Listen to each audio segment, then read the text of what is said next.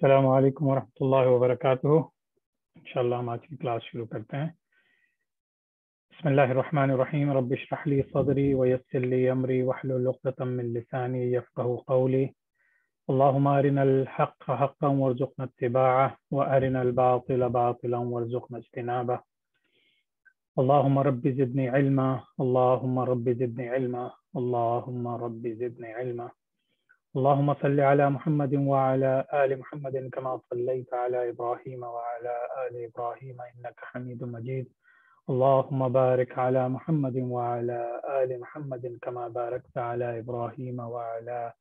آل إبراهيم إنك حميد مجيد۔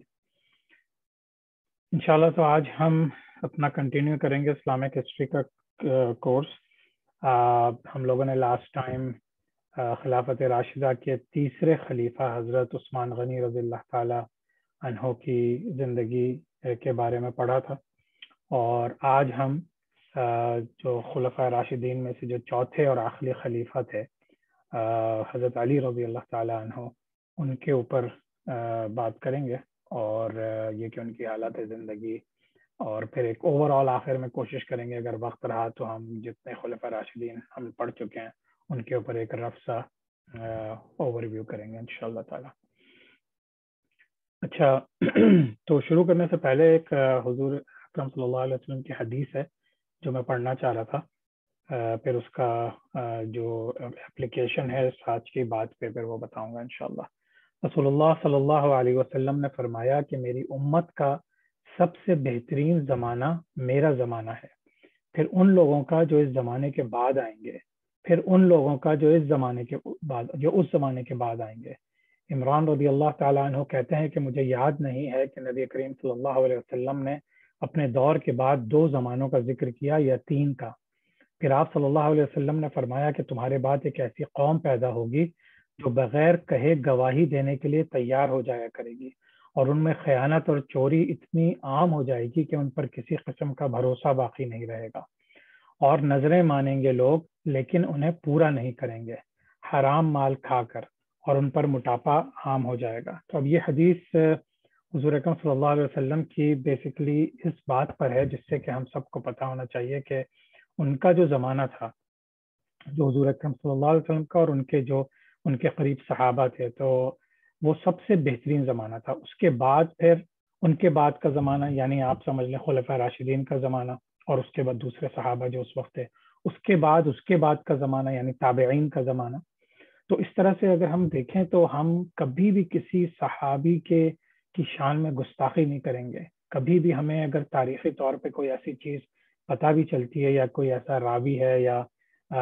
آتھر ہے جس نے صحابہ کرام کے بارے میں کوئی بھی ایسی بات لکھی ہے جس میں جو ان کی عزت کے حساب سے نہیں ہے، تو وہ ہمیں نہیں کرنی چاہیے، اور ہمیں ہر وقت حضور اکرم صلی اللہ علیہ وسلم کی عزت اور ان کے لیے درود سلام بھیجنے چاہیے، صحابہ کرام کے لیے دعائیں کرنی چاہیے، ان کی عزت کرنی چاہیے، اور اسی طرح تابعین کے لیے۔ تو وجہ یہ ہے اس حدیث سنانے کی کیونکہ اب حضرت عثمان غنی رضی اللہ تعالیٰ عنہ کے زمانے سے ایک فتنے کا دور شروع ہو چکا ہے، اور حضرت علی کے زمانے میں بہت بڑے فتنے آئیں گے سامنے، بلکہ اسلام کا پہلا اور دوسرا فتنہ کہتے یہی ہیں کہ ان کے دور میں آیا تھا، اور اس میں لوگ پھر سائیڈ لینے لگتے ہیں۔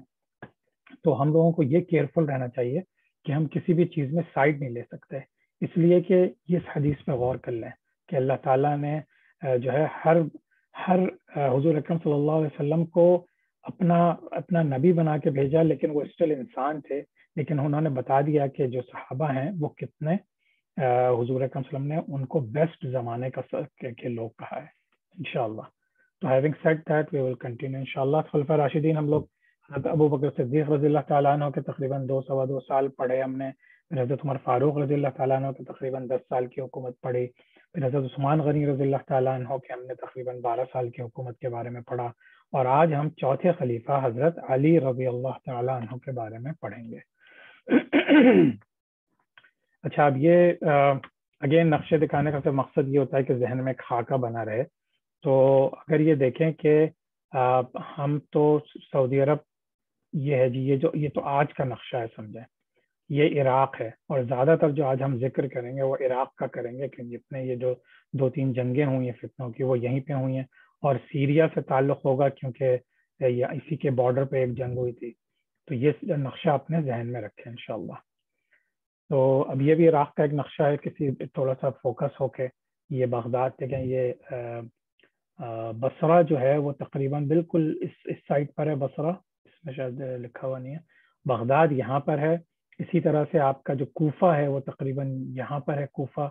اور کربلا بالکل اس کے اوپر یہاں پر ہے, اور صفین جہاں جنگ ہوئی تھی وہ تقریباً اس ایریے میں ہے.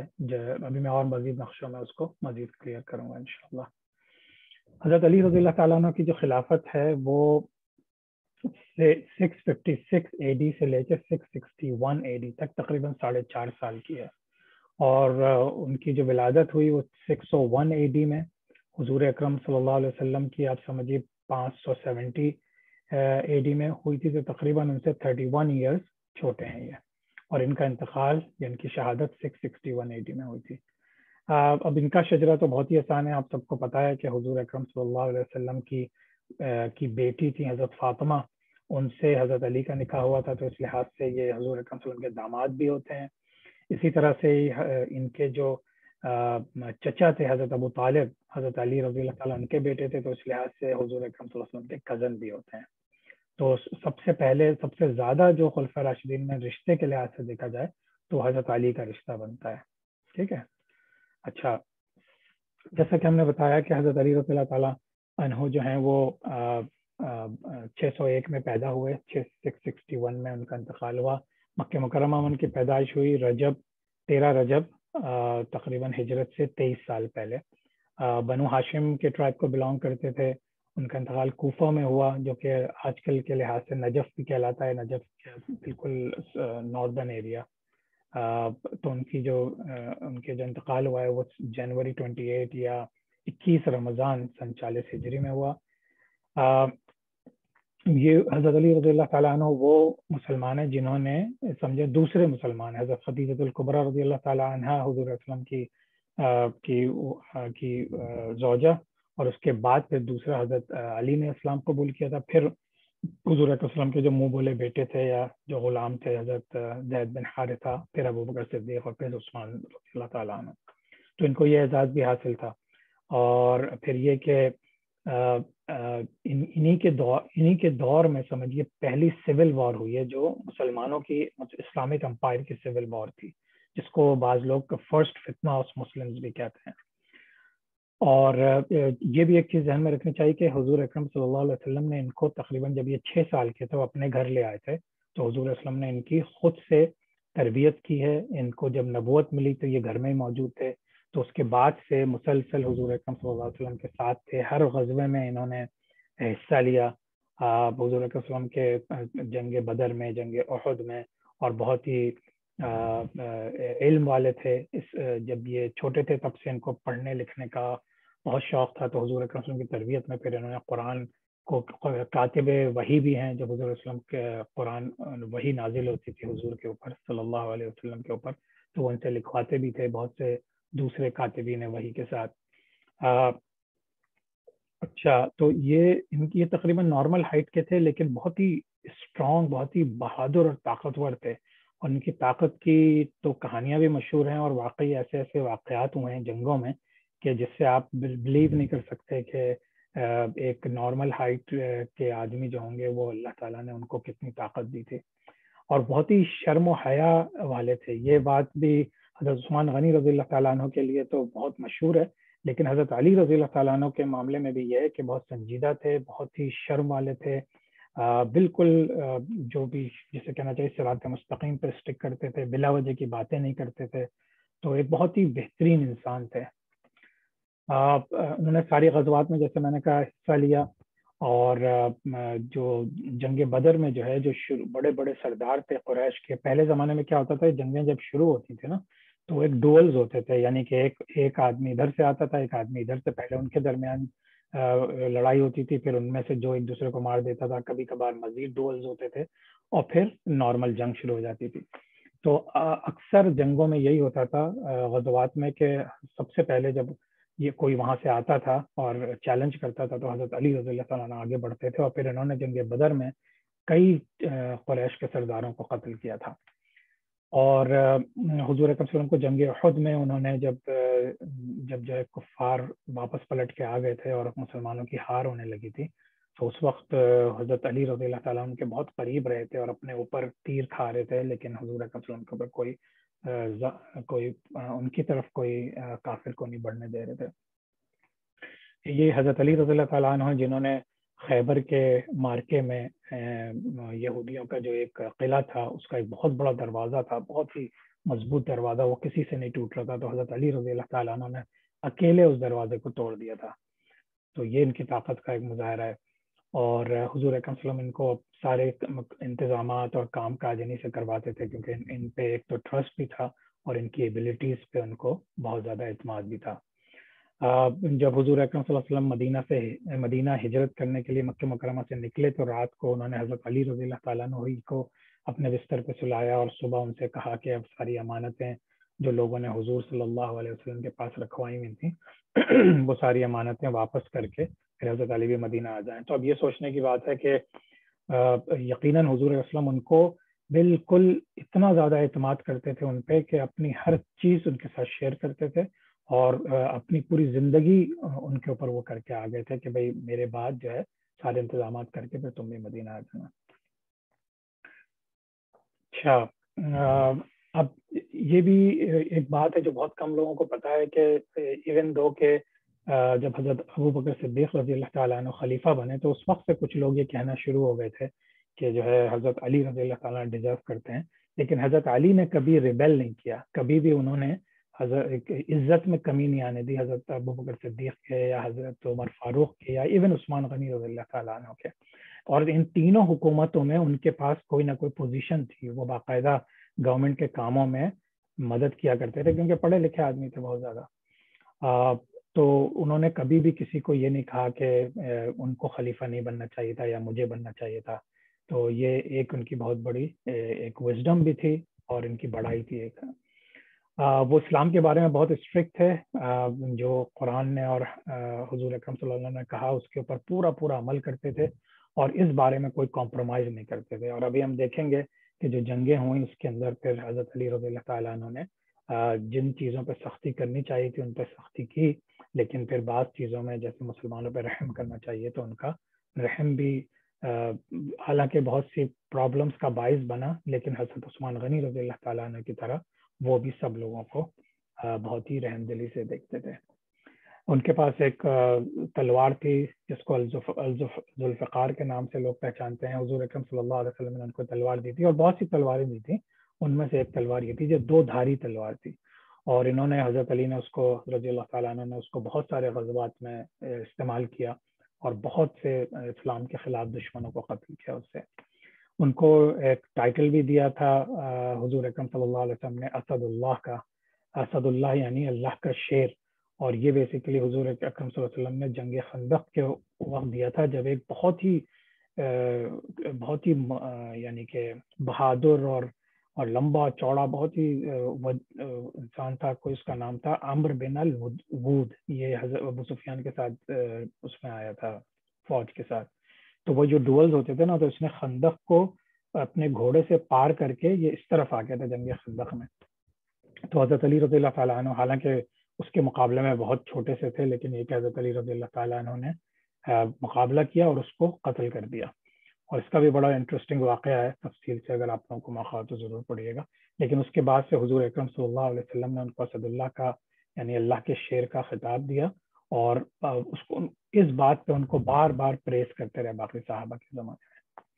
میں۔ یہ میپ تھوڑا سا اور ڈیٹیل ہے تو میں بس آپ کو بتا دوں، یہ بصرہ ہے جہاں پہ جنگ خندق جنگ جمل ہوگی ابھی، یہ بغداد ہے، یہ کوفہ کا علاقہ تقریباً یہاں پر ہے، اور کربلا اس کے تھوڑا سا اوپر ہے۔ اسی طرح سے صفین جو ہے تقریباً یہ جو سیریا کے بارڈر پر ہے، اور پھر ایک اور جنگ ہوگی نہروان، وہ بھی تقریباً تھوڑا سا نارتھ میں ہے آپ کے کوفہ کے، ٹھیک ہے۔ اچھا، اب ان کی پرسنل لائف کے بارے میں بات کر لیتے ہیں کہ حضرت علی رضی اللہ تعالیٰ عنہ کی جو روایات سے ملتی ہیں چیزیں، اس میں ان کی 9 بیویاں تھیں، جس میں آف کورس حضرت فاطمہ رضی اللہ تعالیٰ عنہ حضور اکرم صلی اللہ علیہ وسلم کی صاحبزادی، اور اس کے علاوہ امہ بنت العاص، ام البنین، لیلہ بنت مسعود، اسماء بنت امیس، خولہ بنت جعفر، الصحبہ بنت ربیعہ، سعد بنت عروہ، محیہ بن امر القیس. تو ان کی یہ، اور ان سے ان کے بہت سارے اولاد تھی. ان کی جو حضرت فاطمہ رضی اللہ تعالیٰ عنہ سے یہ ہے کہ حضرت حسن رضی اللہ تعالیٰ عنہ، حضرت حسین رضی اللہ تعالیٰ عنہ اور حضرت زینب رضی اللہ تعالیٰ عنہ، یہ تین تو حضرت فاطمہ سے تھیں، اور باقی ان کے بچے جو تھے وہ مختلف دوسری بیویوں سے تھے. اور ان کے تقریباً یہ بھی اس میں بھی پورے نام نہیں ہے، تقریباً 25 کے قریب ان کی اولاد تھی، give it take plus minus. تو اللہ تعالیٰ نے ان کو اولاد سے نوازا تھا، لیکن ان کی زندگی آپ دیکھیں تو ایک لحاظ سے بڑی یعنی سنجیدگی سے دیکھا جائے تو جب ان کو خلافت ملی تو وہ 4 ساڑھے 4 بڑے غم کے گزرے ان کے اوپر.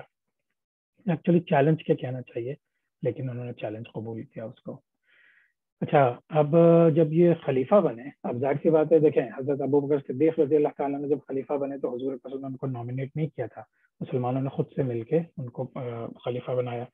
لیکن حضرت ابوبکر صدیق نے حضرت عمر فاروق رضی اللہ تعالیٰ عنہ کو بنا کے گئے تھے. حضرت عمر فاروق رضی اللہ تعالیٰ نے 6 لوگوں کی کمیٹی بنائی تھی کہ اس میں سے آپس میں کسی ایک کو چن لو، جس میں سے پھر حضرت عثمان غنی رضی اللہ تعالیٰ نے کو چنا گیا تھا. عثمان غنی رضی اللہ تعالیٰ نے کی شہادت ہوئی تھی تو ان کو تو موقع بھی نہیں ملا، اور انہوں نے بھی کسی کا نہ کمیٹی بنائی نہ کسی کو نامینیٹ کیا. تو اس وجہ سے جب حضرت علی رضی اللہ تعالیٰ عنہ سے کہا گیا شروع میں تو انہوں نے انکار کر دیا کہ نہیں، یہ اتنا سنجیدہ وقت ہے اور اتنے فتنے کا وقت ہے کہ میں خلیفہ نہیں بنوں گا. لیکن پھر وہ مہاجر انصار جو تھے ان لوگوں نے بہت پش کیا، تو پھر حضرت علی رضی اللہ تعالیٰ نے اللہ کے لیے اور اسلام کے لیے انہوں نے یہ پوزیشن ایکسیپٹ کر لی. اچھا، جیسے ہی انہوں نے حکومت ایکسیپٹ کی، اس کی فوراً بعد چونکہ حضرت عثمان غنی رضی اللہ تعالیٰ کے زمانے میں بہت سے کنٹروورسیز چل رہی تھی کہ انہوں نے جو گورنرز رکھے ہیں پورے عرب میں اور ساؤتھ میں اور نارتھ میں، سیریا میں، یمن میں، وہ یا ایون ایجپٹ میں، تو انہوں نے وہ اپنے رشتہ دار یا اپنے لوگ رکھے ہیں. حالانکہ یہ سب باتیں بھی غلط تھیں، لیکن بہرحال لوگوں میں بہت زیادہ ہی مشہور تھا. یہی چیزیں باعث بنی تھیں حضرت عثمان غنی رضی اللہ تعالیٰ عنہ کی شہادت کی. تو حضرت علی رضی اللہ تعالیٰ نے جیسے ہی گورنمنٹ سنبھالی، انہوں نے سوچا کہ یہ جو کنٹروورشل فگرز ہیں اگر میں ان کو ہٹا دوں تو شاید تھوڑا سی پیس آ جائے، تھوڑی سی امن و امان قائم ہو جائے. تو انہوں نے زیادہ تر گورنرز کو ڈسمس کر دیا جو حضرت عثمان غنی لگائے ہوئے تھے. اس کے بعد پھر یہ ہوا کہ اب ان میں سے جو، اگر آپ لوگوں کو واقعہ یاد ہو پچھلی کلاس کا، کہ حضرت عثمان غنی رضی اللہ تعالیٰ عنہ کے قتل کے فوراً بعد جو ہے وہ بہت سے لوگ ان کے اس لحاظ سے خلاف ہو گئے تھے کہ کچھ صحابہ، بڑے بڑے صحابہ اس سائڈ پہ ہو گئے تھے کہ حضرت عثمان غنی رضی اللہ تعالیٰ عنہ کے قتل کا بدلہ لیا جائے، اور اب چونکہ خلیفہ حضرت علی تھے تو حضرت علی کی ذمہ داری بنتی ہے. اور کچھ لوگ جو تھے وہ حضرت علی رضی اللہ تعالیٰ عنہ کے ساتھ اس طرح ہو گئے کہ ابھی موقع نہیں ہے ان کے قاتلوں کو آئیڈینٹیفائی کرنا یا ان کو کورٹ میں لے کر آنا. اور پھر یہ کہ انڈیویجولی آئیڈینٹیفائڈ بھی نہیں تھے کہ ایگزیکٹلی، حالانکہ نام آتے ہیں کہ جس نے قتل کیا ہے عثمان غنی رضی اللہ تعالیٰ عنہ کو، لیکن حضرت علی رضی اللہ تعالیٰ عنہ کی سوچ یہ تھی کہ اس وقت آلریڈی اتنا زیادہ فتنے پھیلے ہوئے تھے، تو اگر انہوں نے، اور یہ ایک بہت بڑا گروپ بن گیا تھا جس میں بڑے بڑے صحابی بھی تھے، تو اب انہوں نے بیسیکلی اسی وجہ سے کہ صحابہ کی عزت کی وجہ سے، اور دو اتنے طاقتور فیکشنز بن گئے تھے، گروپ بن گئے تھے، جس کی وجہ سے. تو اب اگر آپ یہ اندازہ کریں کہ جو حضرت عثمان رضی اللہ تعالیٰ عنہ کے خلاف لوگ تھے ان میں حضرت ابو ذر غفاری تھے، حضرت عبداللہ بن مسعود اتنے بڑے صحابی تھے، حضرت عمار بن یاسر جو حضرت سمیہ اور کا جو واقعہ تھا، جو پہلی شہیدہ ہیں اسلام کی، ان کے بیٹے حضرت عمار بن یاسر، اور بہت سے دوسرے مسلمان اور بڑے بڑے صحابہ حضرت علی رضی اللہ تعالیٰ عنہ کے ساتھ تھے، کیونکہ حضرت عثمان غنی کے خلاف تھے. اسی طرح سے اب دوسری طرف دیکھیے کہ حضرت عثمان غنی رضی اللہ تعالیٰ عنہ کے خون کا بدلہ لینے کے لیے حضرت عائشہ صدیقہ رضی اللہ تعالیٰ عنہ امہات المؤمنین میں سے، حضرت طلحہ، حضرت زبیر، حضرت امیر معاویہ، وہ تو ابو سفیان کے بیٹے تھے لیکن اس وقت وہ شام کے گورنر تھے، اور اسی طرح سے بہت دوسرے نوٹیبل مسلمز تھے اور صحابی تھے. تو اب یہ سچویشن اگر ہم لوگ آج بھی سوچیں کہ دو بڑے بڑے صحابہ کے گروپ آمنے سامنے آ گئے تھے، تو آپ کسی کی سائڈ نہیں لے سکتے، آپ صرف تاریخ کے حوالے سے بات کر سکتے ہیں، اور پھر ان واقعات سے سیکھ سکتے ہیں کہ ہم اپنے آنے والے وقتوں میں یا اپنے پریزنٹ ٹائم میں ہم کیا کر سکتے ہیں جس سے کہ اس طرح کے فتنے کبھی دوبارہ رونما نہ ہوں. اچھا، اب یہ کانفلکٹ بڑھتا چلا گیا. حضرت عائشہ صدیقہ رضی اللہ تعالیٰ عنہ جو ہیں وہ مدینہ میں رہتی تھیں لیکن وہ مکہ گئی ہوئی تھیں. حضرت طلحہ اور حضرت زبیر ان کے ساتھ آ کے ملے, ان میں باتیں ہوئیں, تو ان لوگوں نے فیصلہ یہ کیا کیونکہ اس وقت تک جو زیادہ تر سپورٹ تھی حضرت علی رضی اللہ تعالیٰ عنہ کو وہ کوفہ عراق کے ایریا سے تھی. عراق میں کوفہ اور بصرہ کے میں ان کو تھوڑی سی زیادہ سپورٹ تھی, لیکن بصرہ میں کم تھی, کوفہ میں زیادہ تھی. اب حضرت عائشہ صدیقہ رضی اللہ تعالیٰ عنہ نے سوچا کہ اب کوفہ جا کے ان کے ساتھ نیگوشیشنز کرنی پڑیں گی کہ حضرت عثمان غنی رضی اللہ تعالیٰ عنہ کے قاتلوں کو کے ساتھ انصاف کریں, ان کو قتل کیا جائے, قصاص لیا جائے. اچھا, اب چونکہ حضرت علی رضی اللہ تعالیٰ عنہ خلیفہ تھے تو ان کی ذمہ داریاں دوسری تھیں, تو انہوں نے اس کو ڈفرینٹ انداز سے دیکھا کہ فتنہ نہیں ہونا چاہیے, آپس میں لڑائی جھگڑا نہیں ہونا چاہیے. تو وہ اس وقت بصرہ میں تھے. تو حضرت عائشہ اور حضرت طلحہ اور حضرت زبیر بصرہ پہنچے اور پھر آپس میں ان کی نیگوشیشن شروع ہو گئیں. تو بہت سے جو صحابی تھے, بڑے کبار صحابہ, انہوں نے بہت سمجھایا کہ بھئی اس میں لڑائی جھگڑے کی بات نہیں ہے اور آپس میں اس کو طے کر لو کہ بھئی کب ان کا فیصلہ کیا جائے گا, کس طرح سے ہوگا. تو یہ ہو گیا تھا کہ یہ تقریباً ایک پیکٹ ہو گیا تھا, ایگریمنٹ ہو گیا تھا کہ جو ہے اس کو پیسفلی ہم ریزالو کر لیں گے. ٹھیک ہے. اچھا, اب حضرت جب یہ پیکٹ ہو گیا, یہ اگریمنٹ ہو گیا, تو حضرت علی رضی اللہ تعالیٰ عنہ کے جو ان کی آرمی میں یا ان کے ساتھ جو لوگ تھے ان میں سے گروپ تھا جن کو بعد میں جا کے ہم لوگ خارجین بولتے ہیں, خارجی یا خارجائٹس انگلش میں جیسے کہتے ہیں. تو وہ لوگ ان کے خلاف ہو گئے, لیکن چونکہ اس وقت بہت سالڈ ایک فرنٹ بنا ہوا تھا تو انہوں نے اس وقت چھپ کے حضرت علی کے بھی خلاف ہو گئے کہ حضرت علی نے یہ کیا رضی اللہ تعالیٰ عنہ نے کہ جو ہے یہ اگریمنٹ کر لیا. اور روایات میں یہ آتا ہے کہ یہ وہی گروپ تھا جن لوگوں نے حضرت عثمان غنی رضی اللہ تعالیٰ عنہ کو شہید کیا تھا. تو انہیں ایک تو یہ ڈر تھا کہ کہیں ہم پکڑے نہ جائیں, اور پھر یہ تھا کہ انہوں نے اس طرح سے ورغلایا تھا پورے لوگوں کو کہ اب وہ پیچھے بیک آؤٹ نہیں ہو سکتے تھے. تو انہوں نے پھر سازشیں شروع کر دی تھی اسی وقت سے. ٹھیک ہے. اچھا, اب لیکن انہوں نے کیا کیا کہ اب جو ایک معاہدہ ہو گیا اور بات چیت آگے نیگوشیشن بڑھنی تھی, تو اس دوران انہوں نے حملہ کروا دیا. یعنی انہیں خارجین نے جو اس وقت ابھی ایکسپوز نہیں ہوئے ہیں, لیکن انہوں نے اس وقت کیا کیا کہ حضرت علی رضی اللہ تعالیٰ عنہ کی طرف سے بھی ایک حملہ کروا دیا اور حضرت جو عائشہ صدیقہ رضی اللہ تعالیٰ عنہ تھی ان کی طرف سے بھی. تو جب یہ حملہ ہوا دونوں طرف سے, تو دونوں سائڈ نے یہ سوچا, حضرت علی نے سوچا کہ ان لوگوں نے بٹرے کر دیا ہمیں, ہم سے وعدہ کر کے اور حملہ کر دیا, اور انہوں نے ان کے متعلق یہی سوچا. تو اب جنگ شروع ہو گئی. اس جنگ کو چونکہ جنگ جمل کہتے ہیں, بیٹل آف کیمل, یہ 656 AD میں ہوئی. یہ تقریباً آپ سمجھیے حضرت علی رضی اللہ تعالیٰ عنہ کے حکومت سنبھالتے ہی اسی سال میں ہوئی. تو ان دونوں فورسز آمنے سامنے آئیں, اور یہ اسلام کی مسلمانوں کی پہلی آپس میں جنگ تھی. اسلام آنے کے بعد, حضور اکرم صلی اللہ علیہ وسلم کے بعد, یہ تاریخ کا پہلا فتنہ اسے کہہ لیں, پہلی جنگ کہہ لیں, پہلا سول رائٹ ایشوز کہہ لیں, تو یہ شروع ہو گیا تھا. ایون دو کہ حضرت علی رضی اللہ تعالیٰ عنہ کی آرمی جیت گئی اس میں, اور حضرت عائشہ صدیقہ رضی اللہ تعالیٰ عنہ کو بیسیکلی کیپچر کر لیا. اس کا بھی تفصیلی واقعہ ہے کہ وہ اونٹ پہ تھیں اور ان کا ایک وہ بنایا ہوا تھا ایک جس کے اندر وہ بیٹھی ہوئی تھیں. تو حضرت علی رضی اللہ تعالیٰ عنہ نے ضابط ان کو زخمی نہیں کرنا چاہتے تھے, حالانکہ وہ آپس میں لڑ رہے تھے, تو انہوں نے ان کے اونٹنی کے پاؤں کٹوا دیے اور پھر ان کو اریسٹ کر کے بیسیکلی عزت کے ساتھ اپنے اچھے صحابہ کو بھیج کے مدینہ منورہ واپس بھجوا دیا تھا. ٹھیک ہے. اب اس جنگ میں, جنگ جمل میں, کہتے ہیں کہ تقریباً بعض روایات ہیں کہ 5000 سے زیادہ لوگ دونوں سائڈ کے شہید ہوئے. اب دونوں سائڈ کے مسلمان تھے تو ظاہر بات ہے ہم دونوں سائڈ کے لوگ شہید ہوئے. اسی طرح سے تقریباً 5000 ان کی سائڈ سے, علی رضی اللہ تعالیٰ عنہ کی سائڈ سے, 10,000 ان کی سائڈ سے, تو 5 سے 15,000 تک یعنی کہ لوگ شہید ہوئے اس میں. اور ایک بہت ہی عجیب و غریب وقت تھا. ہر مسلمان یہ سوچ رہا تھا کہ وہ حق پہ لڑ رہا ہے, اور ہر مسلمان کے دل میں ایک کوفت بھی تھی کہ وہ مسلمان کو مار رہا ہے. تو اس کو بعض جنہوں نے کتابیں لکھی ہیں, جنہوں نے اس کے اوپر ریسرچ کیا, وہ کہتے ہیں کہ یہ بہت ہی تکلیف دہ دور تھا سب مسلمانوں کے لیے, ایکسیپٹ کہ وہ جو منافقین تھے یا خارجین تھے, اس کے علاوہ سب کے لیے بہت ہی تکلیف دہ تھا.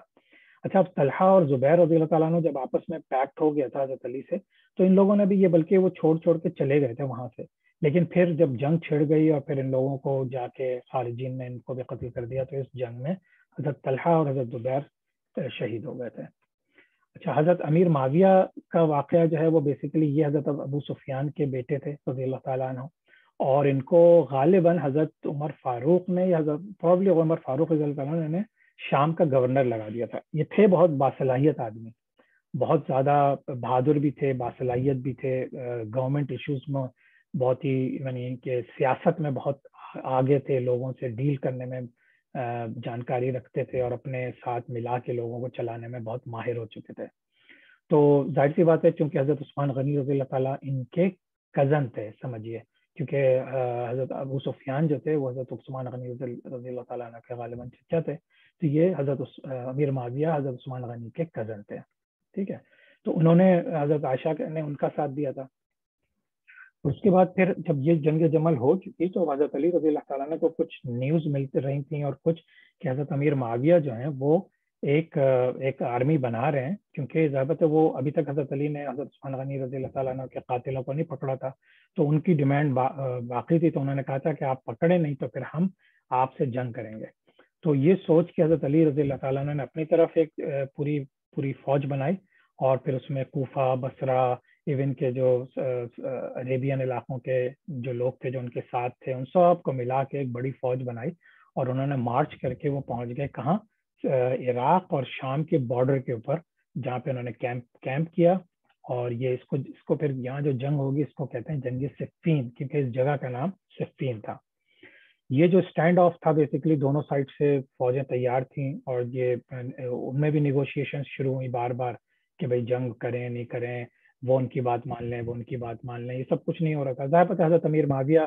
کا ایک تو موقف یہ تھا کہ حضرت عثمان غنی رضی اللہ تعالیٰ عنہ کا بدلہ لیا جائے، لیکن وہ چونکہ خود اتنے عرصے سے شام کے گورنر تھے اور ان کو اتنی زیادہ پذیرائی مل چکی تھی کہ ان کے ذہن میں غالباً بعض روایت کے مطابق ان کے ذہن میں یہ بھی تھا کہ وہ خلیفہ بننا چاہ رہے تھے۔ وہ کہتے ہیں حضرت علی رضی اللہ تعالیٰ عنہ سے چیزیں نہیں سنبھلیں گی تو مجھے خلیفہ بننا چاہیے، تو میں ٹیک کیئر کر لوں گا، کیونکہ ایجپٹ میں بھی جو حضرت عمر بن العاص تھے وہ شروع میں تو حضرت عثمان غنی رضی اللہ تعالیٰ عنہ کے ساتھ تھے، لیکن پھر وہ خلاف ہو گئے تھے، حضرت امیر معاویہ سے مل گئے تھے، تو ایجپٹ میں بھی ان کا زور تھا، سیرین گورنمنٹ کا، وچ از حضرت امیر معاویہ۔ تو اینی وے 100 دن تک یہ چلتا رہا،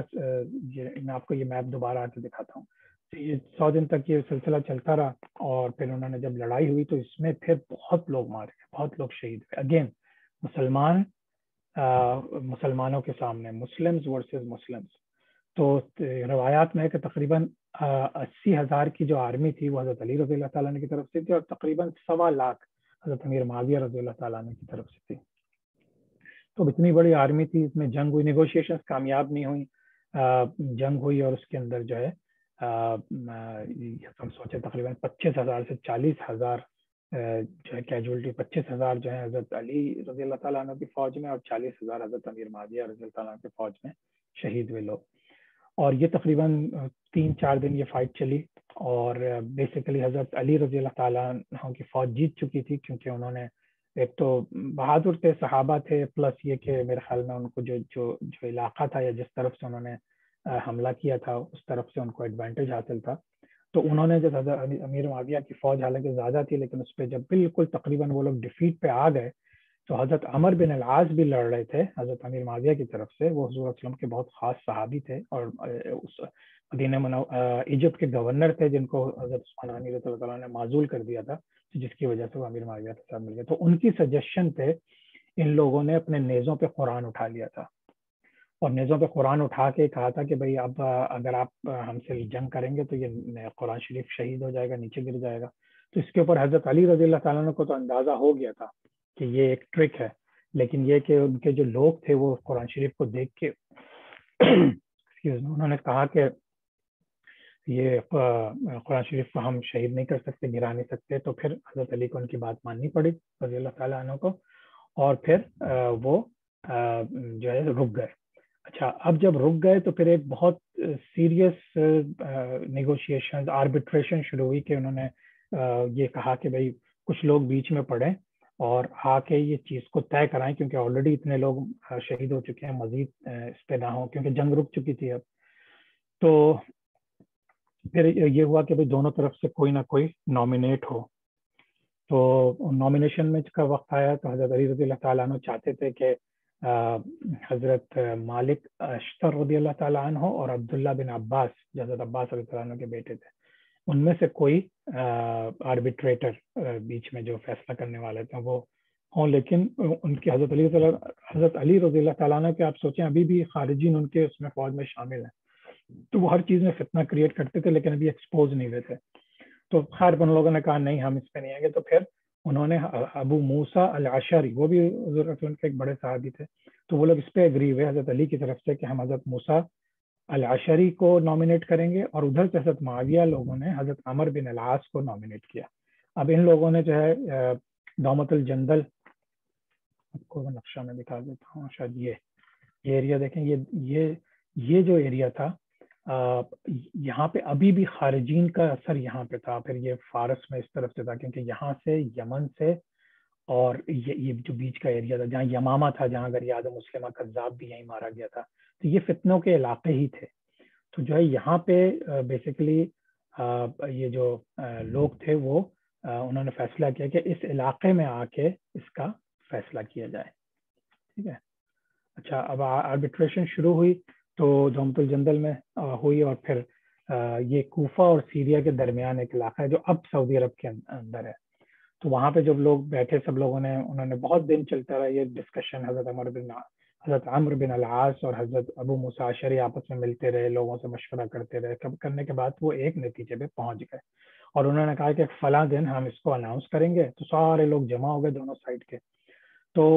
حضرت علی رضی اللہ تعالیٰ انہوں نے فیصلہ یہ کیا بیسیکلی اوور آل کہ حضرت علی رضی اللہ تعالیٰ عنہ کو خلافت سے معزول کر دیا جائے گا، اور حضرت امیر معاویہ کو شام کی گورنرشپ سے معزول کر دیا جائے گا، اور دوبارہ سے الیکشن ہوں گے اور نیا خلیفہ چنا جائے گا. اچھا، حضرت عمر بن العاص جو تھے ان کی جب باری آئی تو انہوں نے تھوڑا سا اس میں ایڈیشن کر دیا جو امیر معاویہ کے ساتھ تھے کہ حضرت علی کو تو معزول کرنا چاہیے، اور ان کو کر دیتے ہیں، لیکن حضرت امیر معاویہ کو مینٹین کرتے ہیں اور ان کو نیا خلیفہ بنا دیتے ہیں. اب یہ تھوڑا سا کانفلکٹ، تھوڑا کیا بہت بڑا کانفلکٹ تھا، جس کے پھر لوگوں نے ظاہر سی بات ہے حضرت علی رضی اللہ تعالیٰ نے اس کے اوپر ناراض ہوئے، انہوں نے اس کو ایکسیپٹ نہیں کیا. اور اس وقت جو ہے پھر خارجائز جو تھے نا اس وقت پھر ایکسپوز ہو گئے. پھر انہوں نے آ کے کہا کہ انہوں نے بتا دیا کہ بیسیکلی کہ ہم جو ہیں اس آربیٹریشن کے خلاف ہیں، اور انہوں نے کہا کہ یہ حکم للہ، صرف arbitration belongs to God alone. ایک انہوں نے نئی چیز نکالی کہ یہ صرف اور صرف اللہ تعالیٰ آربیٹریشن کر سکتا ہے، کوئی انسان نہیں کر سکتا. تو انہوں نے بیسیکلی اپنا ایک فیکشن بنایا اور الگ ہو گئے، حضرت علی کے بھی خلاف ہو گئے. اب کھلم کھلا حضرت علی رضی اللہ تعالیٰ عنہ سے جو ہے وہ لڑنے کو تیار ہو گئے، اور اس طرح سے یہ ایک فتنہ ایک مزید ایک گروپ بن گیا. یعنی ابھی تو حضرت امیر معاویہ حضرت علی رضی اللہ تعالیٰ عنہ کی فورسز فیس ٹو فیس تھیں، اب خارجائز بھی میدان میں آ گئے، اور ان لوگوں نے پھر پہلے تو چھپ چھپ کے سازشیں کرتے تھے اور گڑبڑیں کرتے تھے، لیکن اب یہ دونوں کے خلاف ہو گیا. یہ حضرت امیر معاویہ کے خلاف تھے ہی، ابھی حضرت علی رضی اللہ تعالیٰ عنہ کے بھی خلاف ہو گیا. تو حضرت امیر معاویہ اور حضرت علی رضی اللہ تعالیٰ دونوں نے اس آربیٹریشن کو اس لحاظ سے ایکسیپٹ نہیں کیا کہ دوسرے کو وہ ایکسیپٹ نہیں کر سکتے، اور جو کانفلکٹ ان کے درمیان ہو رہا تھا. اچھا، اب یہ جو کانفلکٹ تو کنٹینیو ہوا، لیکن حضرت امیر معاویہ چونکہ شام کے گورنر تھے اور ان کی بہت زیادہ سمجھیے ترکی کے جو سدرن ایریاز تھے، اور لبنان جو آج کا لبنان ہے اس کو لیوانٹ کہتے ہیں، تو یہ سارے ایریاز کے لوگوں کو حضرت امیر معاویہ نے اپنے ساتھ ملا لیا تھا. تو شام، ایجپٹ، پوری دوسری طرف نارتھ افریقہ میں ایجپٹ کو اور سب کو اپنے ساتھ ملا لیا تھا. تو ان کی طاقت بہت زیادہ بڑھ گئی تھی، اور انہوں نے پھر حضرت عمر بن العاص کو دوبارہ مصر بھیج کے ان کو وہاں کا گورنر لگا دیا تھا. تو ان کی بہت بڑی طاقت ہو گئی تھی. اچھا، تقریباً اسی زمانے میں حضرت علی رضی اللہ تعالیٰ عنہ نے کیا کیا کہ یہ بھی بہت بڑا ایونٹ ہے کہ انہوں نے مدینہ منورہ سے دارالخلافہ موو کر کے کوفہ کو بنا دیا، کیونکہ کوفہ میں ان کی بہت زیادہ سپورٹ تھی. تو لوگوں نے ان پہ اس چیز پہ بھی بہت ناراض ہوئے، لوگ ان کے اپنے فوج کے لوگ بہت ناراض ہوئے کہ بھائی مدینہ منورہ حضور اکرم صلی اللہ علیہ وسلم، مدینہ النبی، حضور اکرم صلی اللہ علیہ وسلم کا شہر، اور انہوں نے اس کو دارالخلافہ بنایا تھا، وہ سینٹرل پوائنٹ تھا. تو وہ کیوں چینج کر دیا. لیکن جو زیادہ تر مورخ لکھتے ہیں جو جو سائڈ نہیں لیتے وہ یہ بتاتے ہیں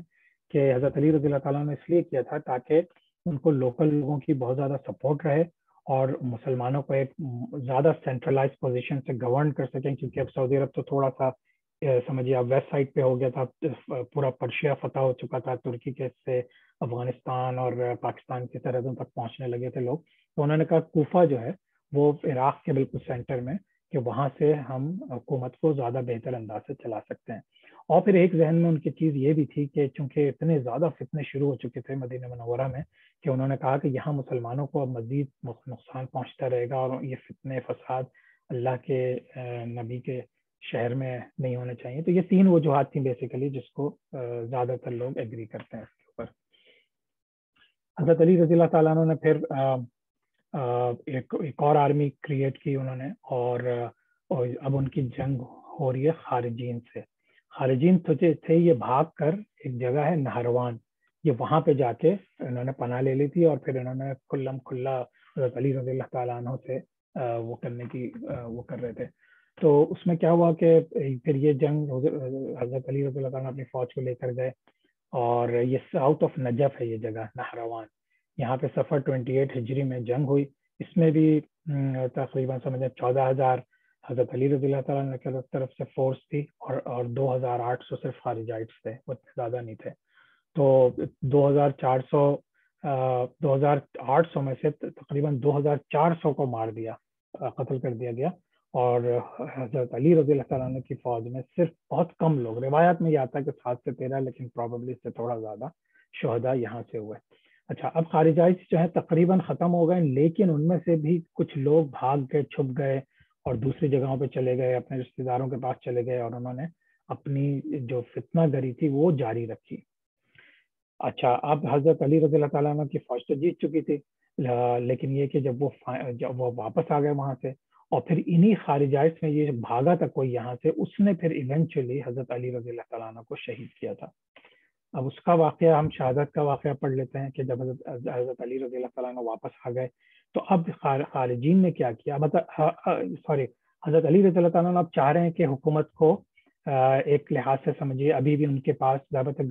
شام پہ تو ان کا قبضہ نہیں تھا, وہاں تو حضرت امیر معاویہ تھے, لیکن اپنے جو سعودی عرب کے علاقوں میں اور جو پرشیا کا پورا علاقہ تھا, ترکی کا وہ تھوڑا سا حصہ تھا, اس سب چیزوں پہ وہ چاہ رہے ہیں سعودی عرب کا کہ یہاں پہ حکومت تھوڑی اسٹرانگ ہو جائے تاکہ امن و امان قائم ہو سکے. جب خارجین کیا کرتے ہیں کہ انہوں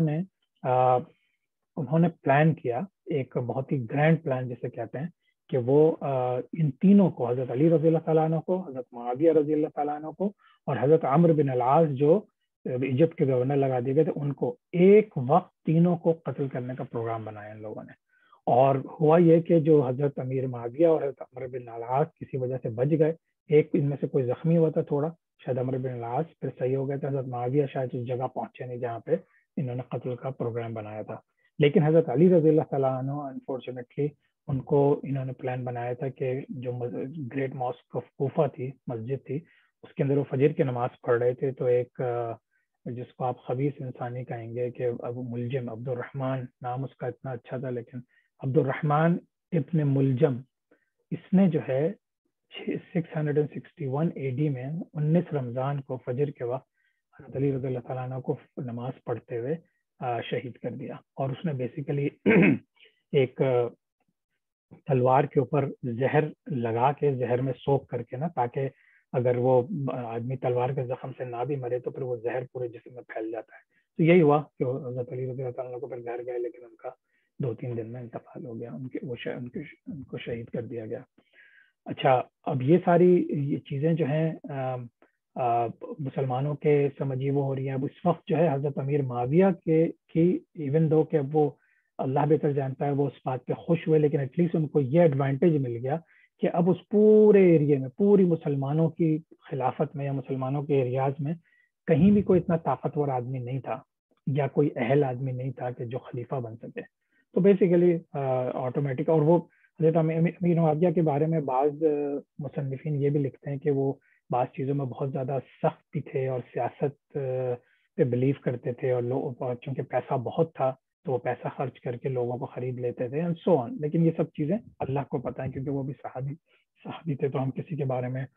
اپنی زبان زیادہ نہیں کھول سکتے. لیکن بہرحال جو تاریخی حوالے سے چیزیں ہیں ان کو ہم تھوڑا سا اسٹڈی کر سکتے ہیں. انہوں نے حالانکہ اگر دیکھا جائے تو چونکہ بہت ہی شاطر قسم کے